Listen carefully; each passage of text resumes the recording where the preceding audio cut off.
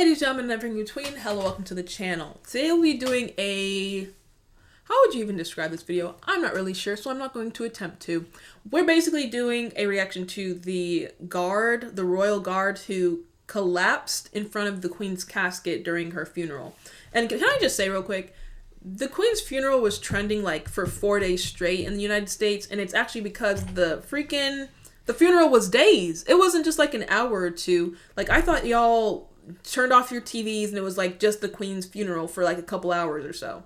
No, it was a day thing, like multiple days. That was shocking to me because, like, when our president dies or if something happens to the president, it's like we're sad for a day, we're sad for a minute, but it's like back to real life kind of thing. So the fact that y'all like dedicate us a block of like a whole week to just the Queen is interesting. Anyway, let's get into the video. Subscribe if you're here, like the video, and let's get into it. The Queen's Guard. So there's multiple layers to the Queen's Guard as well. It's not just like you can just collapse and everything be fine and dandy. There's like a protocol to it. There's always protocol with all things English. So let's get into that and see what actually happened, I guess. Want to know how to feint to attention? Feint to attention. Watching some people fall over? Make like a royal guard and don't go anywhere, because we've got it all. Plenty of jobs have strict rules and regulations, particularly those in the military. But there are a few positions that require the composure, stamina, and decorum expected of the soldiers who serve as the Queen's Royal Guard during... I shouldn't say I liked seeing it, but it's cool to see like y'all got the guns, but you also go back to your roots with the little knife at the end. Like, that is very much English Army. Stamina and decorum expected of the soldiers who serve as the Queen's Royal Guard during the reign of Queen Elizabeth II. The Royal Bodyguard dates back to the era of King Henry VII. It's a position of honor and one of the oldest units within the British Army. Protocols that all Royal Guards must follow include avoiding smiling and laughing, remaining unreactive to people surrounding them, foregoing bathroom breaks, and even learning how to feint properly. I feel like that's the biggest thing when it comes to tourism too. Like, when I was there, I thought they were just being mean to me, but it's like I didn't know that they aren't actually allowed to like smile at you. But the thing is, like, they would make eye contact with you, but it would just be this. So imagine like you're from America, me, and you're in a foreign country, England, and these people are just making eye contact with you, but like they just looked mean. I didn't realize it wasn't even about me. It's just like their job is to literally kind of look like that. So I don't take it personal now, but at the time I was like, oh, the English aren't very nice. So how does one feint properly while guarding the British sovereign? As it turns out, guards must learn how to feint to attention, which is why these poor soldiers usually end up lying face down on the ground with their arms at their sides. It's expected that if a soldier feels themselves going down, they should pitch forward directly onto their fronts. That's because y'all know I'm going into healthcare. So I'm thinking of all the big reasons why someone would be fainting all of a sudden. It would be a metabolic abnormality, low oxygen, hypoxemia, or hypoglycemia, low blood sugar. And you're telling me when your body is literally in crisis mode, like going into, I don't know, trying to save itself and regulate itself, you still have to use the last bit of brain power that you have to freaking faint in a certain way. I couldn't do it. Because you're literally telling me I'm about to face plant on the ground right now, but I have to like make sure I still hold my honor. Someone help me. Like, I don't know. I couldn't do it. You're about to faint and you still gotta feint to attention. Baby, I'm fainting. Get me a cup of water. Still holding their rifle at attention. As Major Di Bevan of the Welsh Guards told the Express, it will probably involve a broken nose and a whole lot of missing teeth. But it's okay because y'all get, your health care is paid for with your taxes. You could get a free nose job. That's a lot of work though, just to get a free nose job. Because I'm sure they don't just pick people off the street to be in the Royal Guard. Like, there's training you have to do. You have to be able to follow commands. It's not just like a day job where you just file an application, you know? It happens all the time, too. One of the guards holding vigil at Queen Elizabeth II's coffin at the Palace of Westminster fainted in front of a large crowd of shocked onlookers. Homie looks kind of old, too. So what's the usual age for like a royal guard? Because this guy who fainted at the Queen's funeral, honestly, just side note, of all times to faint, the Queen's funeral? Like one of the biggest, most broadcasted moments for you English people. And homie had to, I guess it was a lot of pressure Maybe he wasn't eating right the day before. Maybe he was so caught up in like mourning. Maybe he just didn't eat breakfast that morning or what. He's been eating too much protein, because y'all love your protein. That's it. It will probably involve a broken nose and a whole lot of missing teeth. It happens all the time, too. One of the guards holding vigil at Queen Elizabeth. But I also noticed that this guy, the other guy, he was trying to hold his partner up. Like, he was kind of like nudging him and like trying to give him support. But no, homie was going down. Also, I'm looking at the different dress. Like, you have all these people in their fancy outfits. These guys are in literally black suit and tie. And then you have homegirl in jeans and a puffer jacket. So what was the dress attire for the funeral? I'm kind of confused. And, like, what's the difference between this section of people versus this section? Like, is this family or what's going on? Let's watch the guy faint again, though. Sorry. It happens all the time, too.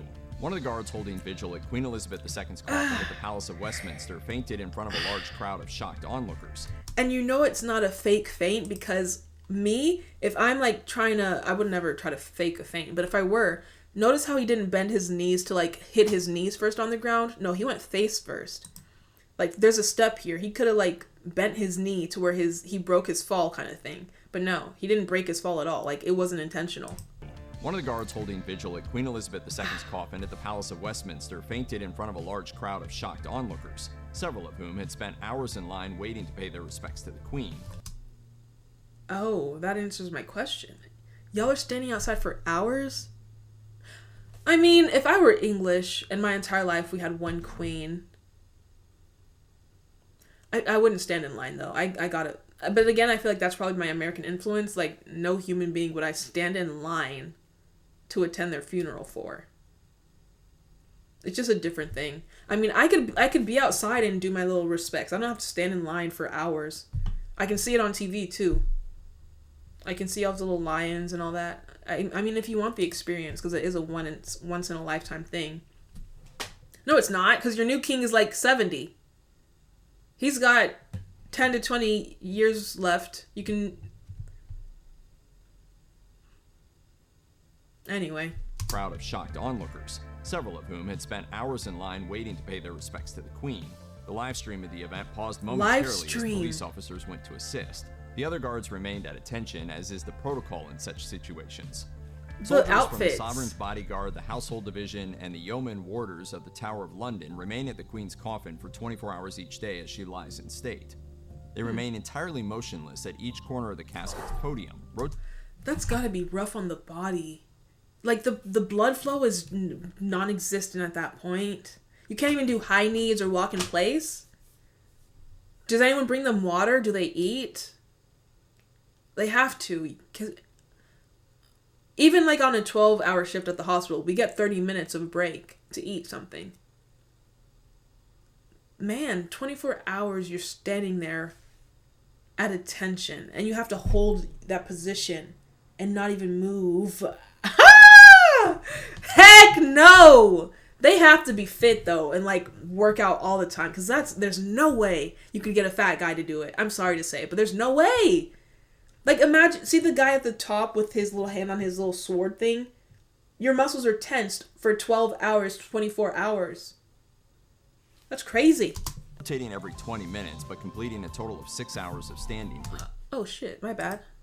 He explained it, 1 second. He lies in state. They remain entirely motionless at each corner of the casket's podium, rotating every 20 minutes, but completing a total of 6 hours of standing for each shift. 6 hours of standing, you rotate every 20 minutes. I guess that's doable. It's still not, like, ideal for your body. But then again, y'all have affordable or free healthcare. So, and I feel like if you're in the Royal Guard or in the Army at all, or some, whatever, you should get even more help or assistance when it comes to healthcare. Like, there should be a lot of perks.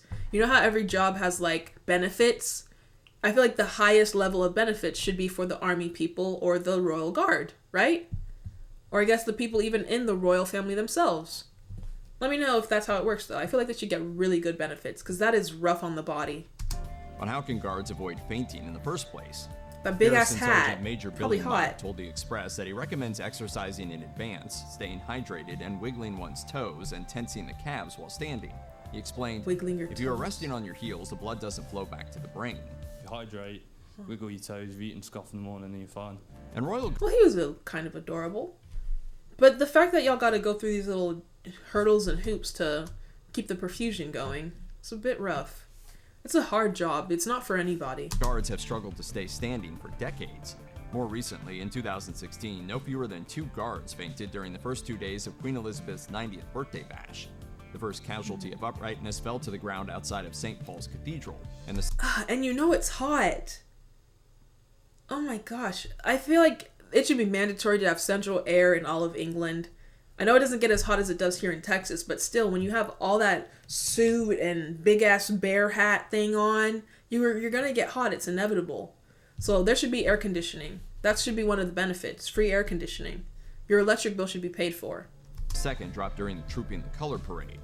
The following year, in 2017, the Trooping the Color Parade once again saw not the toppling of 2 troops, but at least 5. 5?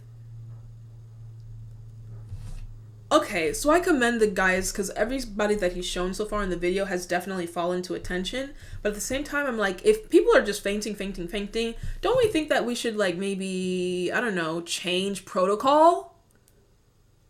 Or do something? Get rid of the big hats? I mean, that is your statement piece, the red coat and the big ass hat. But, I don't know, thin it out a little bit or make faux fur. Because these people, it makes me sad for them. And can you just quit the Royal Guard whenever you want to? Like, or are they stuck? Like, are they obligated to do this job forever now? A spokesperson at the time said, "We can confirm that during the Queen's birthday parade today, a small number of soldiers fainted. It is an extremely hot day, and all were removed from the parade and checked by medical staff where they were hydrated. It's not just the British royal retinue who are known for dropping during prolonged ceremonies either. During the christening of Sweden's Prince Julian in 2021, a guard fainted flat on his back before..." Again, this is just like, I don't know if it's just Europe or what, but all these princes, kings, queens, royal this, royal that, royal guard. Like, imagining this going on, their little fancy suits and stuff in America, they would get clowned. If you're walking on the street all professional thinking you're important, we do not care. Stand back! Imagine them doing that in America. We'd be like, you stand back. What? Back up from me. You're in my way. Stand back from the royal guard. Or you can walk around. That's literally what we would say. America, I love us. Before the ceremony even began. 3 years earlier, in 2018, a Swedish royal guard fainted during the christening of Princess Adrienne. Denmark saw one of its own proud soldiers smack the tiles during the gala for the Danish Queen Margrethe. Okay, so it's not just an English thing that y'all still have your kings and queens and royal people. It's basically all of Europe. But how did these people become royal? That's my question. Like, this 90-something-year-old lady you're telling me is more important than I am? According to who? When? Since when? Kind of thing, you know? I don't know. I just feel like every human... There's no such thing as royalty to me. At the end of the day, our royalty would be like the Kardashians. That's as close to royal as we get. Even Biden is just another homie with his little German shepherds. That's my guy, you know? Even our own president. That's just another man. We're all human. Promptly dragged away before guests started arriving. With all of these soldiers dropping left and right, it probably makes sense that there are strict protocols regarding how to fall forward and at attention. That way, the fallen soldier's comrades can better sidestep the body while an attendant darts in to drag away the evidence before too many photos are snapped. Drag away the evidence? Maybe the military could always take a step further and invest in some more lightweight uniforms. That's what I said. There needs to be reform. If people keep fainting, look how even tight the suit looks on some of them. If people are fainting all day, there needs to be reform to, like, the protocols. You know how outside Buckingham Palace they're like marching back and forth? The people should be like moving. That will keep the blood flowing. They should get... The 20-minute breaks is great to get some like water or a snack. You know, something. Because in their little hats, they should have a straw where they could drink some water. It should be hidden in the big hat. So, like a little cup of water or something. You could really be expected to stay standing on a hot day with one of these on your head. Anyways, rest in peace to Queen Lizzie. I'm not gonna... anyway, I'll see you in the next one.